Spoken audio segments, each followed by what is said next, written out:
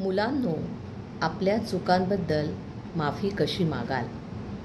मला ठाऊक आहे, माफी मागणं हे कठीण आणि ऑकवर्ड करणारं आहे.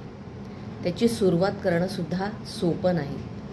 आपण जेव्हा माफी मागायला सुरुवात करतो तेव्हा तर आपण अडखळतच असतो, पण ज्यावेळेला त्याच्या प्रोसेसच्या मध्ये आपण येतो तेव्हाही आपण खूप कन्फ्युज्ड असतो आणि शेवटी एकदाचा सुस्कारा टाकतो की आता माफी मागितली. पालकांनो, मुलं चुकतात हे त्यांनाही कळतं, पण मोठी माणसंही चुकतात, ती माफी मागतात का याचं निरीक्षणही पालकांनो मुलं करत असतात. घरात बाहेर मोठी माणसं ज्या पद्धतीने माफी मागतात त्या चूक कबूल करणं हा भाग तर असतोच, पण त्याबरोबरच ती चूक पुन्हा होणार नाही असं म्हणणं, मनाशी ठरवणं म्हणजे दुरुस्ती असते. म्हणून मुलांना आपण चुकांबद्दल कशी माफी मागायला शिकवली पाहिजे, तर त्याकरता आज आपण काही टिप्स देणार आहोत. मुलांना आपण हे सांगूया की मला क्षमा करा, मला आता असं वाटतंय की मी किती स्वार्थीपणाने वागलो, म्हणजे मी स्वार्थीपणाने वागलो ही माझी चूक आहे, ही माझ्या लक्षात आलेली आहे, म्हणून मी माफी मागतोय. हे या वाक्यातून मुलांच्या लक्षात येईल. मुलांना असं माफी मागायला शिकवा की माझ्या हातून चूक झालीच आहे, त्यासाठी आता कारणं सांगणं योग्य नाही आहे. जे झालं ते चूकच झालं, असं पुन्हा घडणार नाही याची मी काळजी घेईन. या वाक्यामधनं मुलांना हे कळेल की आपली चूक पहिल्यांदा आपण ॲक्सेप्ट केली पाहिजे, मान्य केली पाहिजे. त्याच्यासाठी वेगवेगळ्या प्रकारची कारणं किंवा वेगवेगळ्या प्रकारच्या सबबी देणं योग्य नाही, तर चूक झालीच आहे हे मान्य करणं. कारणं कोणतीही असू देत, पण ती माझ्या हातून झाली आहे तर ती पुन्हा कधी होणार नाही यासाठी मला काळजी घ्यायलाच हवी आहे. तिसरं वाक्य मुलांना चूक कबूल करताना काय म्हणता येऊ शकेल, आपण काय शिकवायचं आहे की मी तुझं मन दुखावलं असेल असं मला जाणवतं आहे, मला माफ कर, तू जेव्हा तयार असशील तेव्हा आपण त्याविषयी बोलूया का. या वाक्यातून मूल काय शिकतं, तर मी समोरच्याचं मन दुखावलं याची जाणीव आणि त्याचं मन मी दुखावलं याबद्दल मला त्याच्या मनावरती फुंकर घालणं किंवा माझी चूक मी कबूल करणं, माफ कर असं म्हणणं, त्यासाठी समोरच्याला थोडा वेळ देणं, हे मूल या वाक्यातून शिकायला लागतं.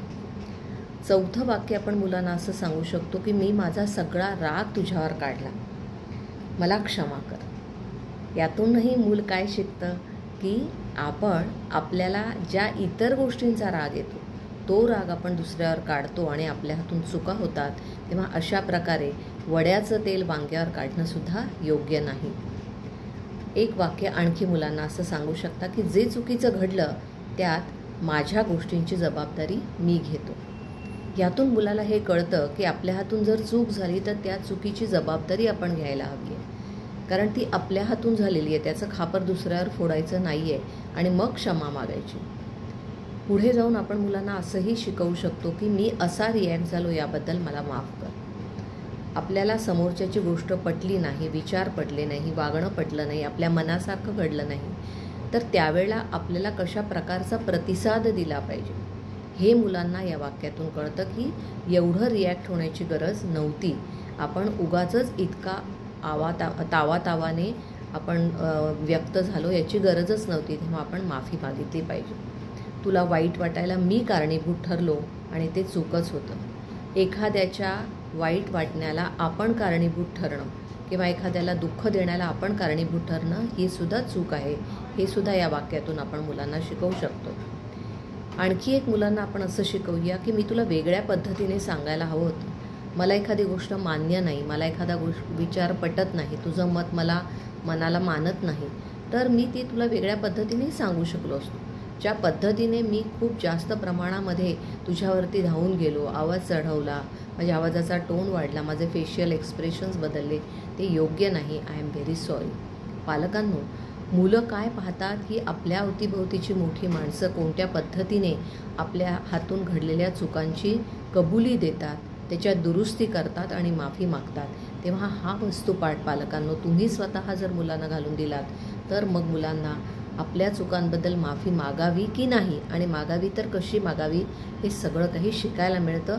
काही वेळेला काही गोष्टी या शिकवाव्या लागतात, त्या आपल्या वर्तनातून, आपल्या वागणुकीतून, आपल्या शब्दातून आपण आपल्या मुलांना शिकवूया. धन्यवाद.